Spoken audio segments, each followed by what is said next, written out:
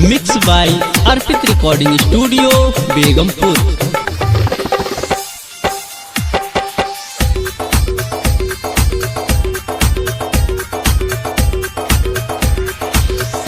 गईली बहराइच सहरिया आ घूम घूम मारेली नजरिया। मोर पतर की भौजीना मोर संवर की भौजीना हिला के चले ली कमरिया। मोर पतर की भौजीना हिला के चले ली कमरिया। मोर संवर की भौजीना हिला के चले ली कमरिया। मोर पतर की भौजीना गईली बहराइच सहरिया घूम घूम मारेली नजरिया। मोर पतर की भौजीना मोर संवर की भौजीना हिला के चले ली कमरिया। मोर पतर की भौजीना हिला के चले ली कमरिया। मोर संवर की भौजीना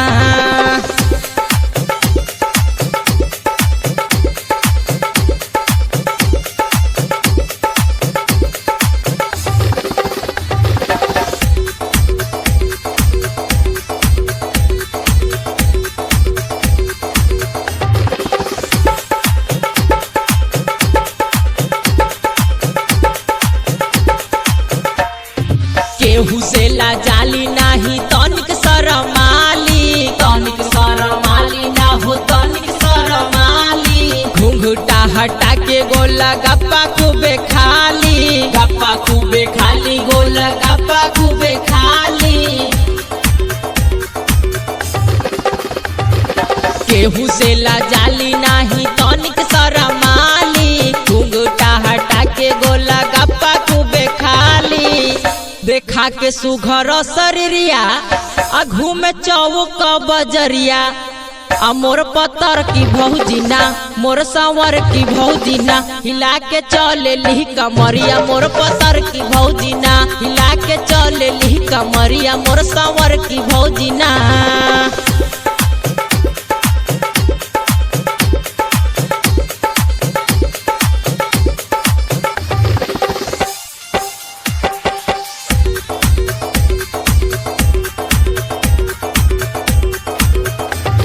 सौख सिंगार खूब कके जाली। कके जाली हो कके जाली। बीच शहर में जाके पान खूबे खाली। पान खूबे खाली हो पान खूबे खाली। सौख सिंगार खूबे कके जाली। बीच शहर में जाके पान खूबे खाली।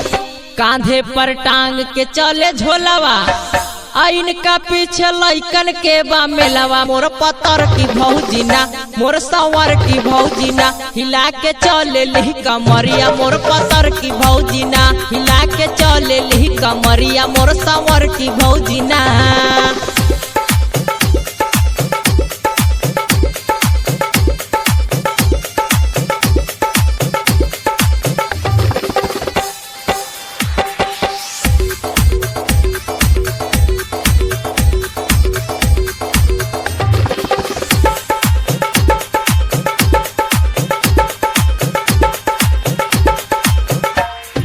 राइटर सूरज पाल के ई हाथ नहीं आईली। हाथ नहीं आईली हो हाथ नहीं आईली। सुनील शर्मिला संग बाजार खूबे कैली। बाजार खूबे कैली हो बाजार खूबे कैली। राइटर सूरज पाल के ई हाथ नहीं आईली। सुनील शर्मिला संग बाजार खूबे कैली। और रोजे रोज के ई झमेलवा खाली ठेला पर के केलवा। मोर पतर की भौजीना मोर संवर की भौजीना हिला के चले ली कमरिया। मोर पतर की भौजीना हिला के चले ली कमरिया। मोर संवर की भौजीना।